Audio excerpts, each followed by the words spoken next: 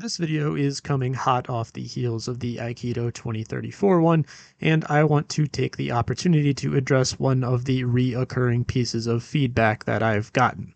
Specifically, there is a growing demand for folks who want to see the ideas that I'm putting out there in action, to see sparring footage. Here's the kicker. I also want that. I've discussed this a little bit on the channel before, but in the wake of a lot of channel growth since then, I felt it was time to dedicate a whole video to the problem. The martial Aikido community, to loosely give it a designation, really is focused on addressing the technical problems in the style, on making it functional. I'm very much in that camp as well, not to mention that clicks and channel growth incentivize us to lean into these kinds of topics because that's just what people want to see. Having said that, there is a much more boring but equally as troubling problem that really doesn't get the same kind of press: the logistics of actually implementing ideas and getting that sparring and training footage. Now, the rest of this video I'm going to talk broadly, but I'm also going to use myself as very much of a case study because this is an issue that I'm actually entangled in right now. I also want to acknowledge that at first glance, the optics of all this are pretty suspect, and I get that. It isn't lost on me that I make content suggesting this and that for Aikido, but when it comes time to spar, suddenly I have these obstacles that don't allow me to upload footage. I know what that looks like. On top of that, I've known really since I started the channel that these kinds of demands would eventually appear and gradually grow in intensity. For some, I can understand why they might have reservations about what I'm saying if I won't also post film about my actually doing it. But I want to again stress that this isn't for a lack of wanting on my end, nor is it for a lack of trying. More on that in a bit. The problem is multifaceted, so let me take it from the top. First, there really isn't anywhere for Aikido to go and just spar, despite that being a really popular sentiment online, especially not in the way that I've suggested in the Aikido 2034 video. Over the lifespan of this channel, I've seen people suggest I go to this or that style, but behind the scenes, I actually have tried to do those things. The reality is that BJJ, for example, isn't all that ideal because while it ostensibly is receptive to the standing joint locks in its rule set, you will be very lucky if 1 in 10 BJJ guys actually wants to stand and bang with you. And even then, when a match does go to the ground, it usually isn't coming back up to the standing position most of the time. And I know this from experience. I was training at a BJJ place a couple months ago. Now, I'm not blaming BJJ guys for this at all. They are there to learn and practice that specific style, not humor my experiments. The point I am making is that even on a good day, it isn't really ideal for training. Consider how much drilling and repetition goes into BJJ, just to stay on my example. Consider how much time is devoted to positions and techniques to make them consistent in an individual player. The question I have to ask is, do you really think inconsistently sparring with a small clique of guys who are willing to is going to result in tangibly beneficial outcomes for a hypothetical Aikido sparring? The answer is probably not. Not to mention that I'd be paying monthly fees to attend an art that I'm not really all that interested in just to try and extract 2 to 5 minutes of Aikido experimentation out of every session, and that's if I'm lucky. This same issue comes up in other styles and arts too, like MMA, for example. The reality is that everyone else on the mat are customers, and they aren't really there to experiment with this off-meta stuff. From their perspective, and understandably so, it's just a waste of time. It might not go anywhere, and they have limited resources too. Now, sure, a little bit of practice is better than none. That's a sentiment that I'd certainly agree with. But again, I'd be paying monthly fees and travel costs that are vastly disproportionate to the actual training time and progress I'd be making. And it isn't just me, but anyone with similar goals to mine. I've been looking at a nearby Kudo place for a long time now, which solves the travel side of things, but it's still not really a perfect setup. Not only am I going to have to find the time to make training costs worthwhile, But the standing joint locks, the feature that most people consider to be Aikido's defining characteristic, are just outright banned in Kudo. Now, yes, I could still train the striking and the positional side of my ideas, but I'd never really be able to give it that Aikido finish. For me personally, I am pretty confident that I could land the execution on techniques if I could consistently get into a competent position, so from a raw training perspective, Kudo is probably my best bet, and if I can line up the hours in the week, I'm going to try and pull the cord on that. But from a content creation point of view, it's sort of underwhelming because the Aikido part of the Aikido playtesting isn't really present for most people, which is sort of the other problem. I don't see this much on my channel, which I'm thankful for. I think my audience generally thinks their commentary through, but a more general sentiment in the martial arts community is just spar, bro. Just spar and post it. It's easy, bro.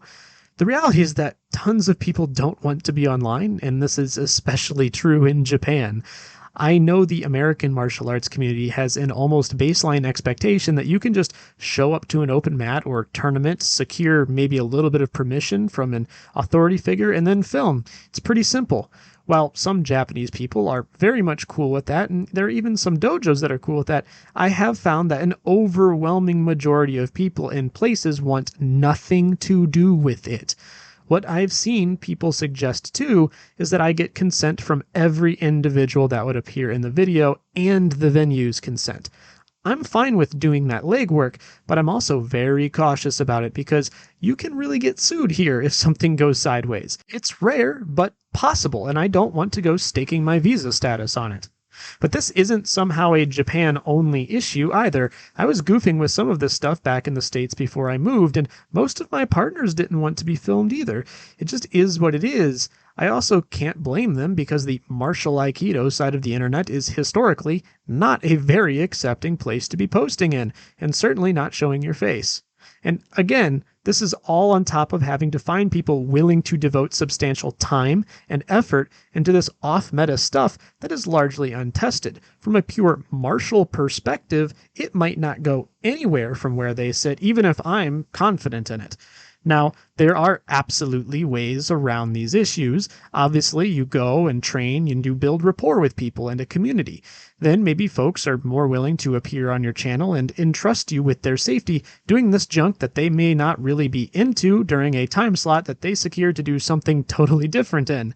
But building those kinds of relationships takes time. Time I just haven't really had to devote to it yet. Things are slowing down over here, but at the time of posting, I'm still kind of poking around at job opportunities and getting life more generally in order. Then I can commit to something like Kudo. But even then, it's going to take time to build those relationships. And in the interim period, I'm only going to be able to play the non-joint lock stuff if I do join Kudo. And these are all sorts of things that I'd like people to keep in the back of their minds when asking for sparring footage. Trust me, I'd love to make it. I think it would be good content. I think it would be fun for me to make. I think the channel would grow. Even before that, I'd love to find a place where I can consistently train the way that I want to train. It's not even really about the channel for me at this point. It's just about my own training. So while I can understand why people might be skeptical or put off at the lack of sparring footage on the channel so far, I also would remind those people that there is a nerdy gremlin man behind the Tengu channel who is just trying to keep his life in line. And by extension, I'm sure plenty of other people have similar barriers to entry into this niche. Remember, while I am super and incredibly grateful for the growth this channel has seen, and it has already seen growth beyond my expectations, I also don't make a penny from it, nor am I about to flip a switch and start asking for money because, frankly, as awesome as the channel has been doing, 4K some subscribers is not even a part-time job. I'm not saying that to be negative. Again, I can't stress my thankfulness enough, but it's just the raw numbers of the thing. Sure, in a world where the channel was my job, I'd be hitting every dojo between here and the other side of Tokyo. But even if we were at 1 million subs, a successful YouTube channel by itself isn't really going to secure me a visa so I can stay here, which I very much plan on doing.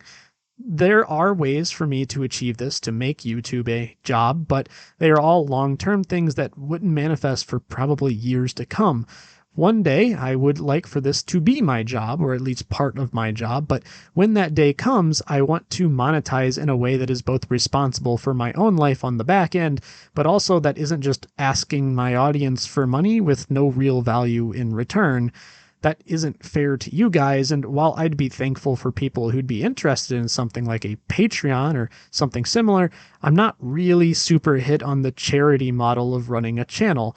I'd like to offer things like instructionals, translations of books, courses, interviews, and stuff like that so you guys actually get something from the transaction.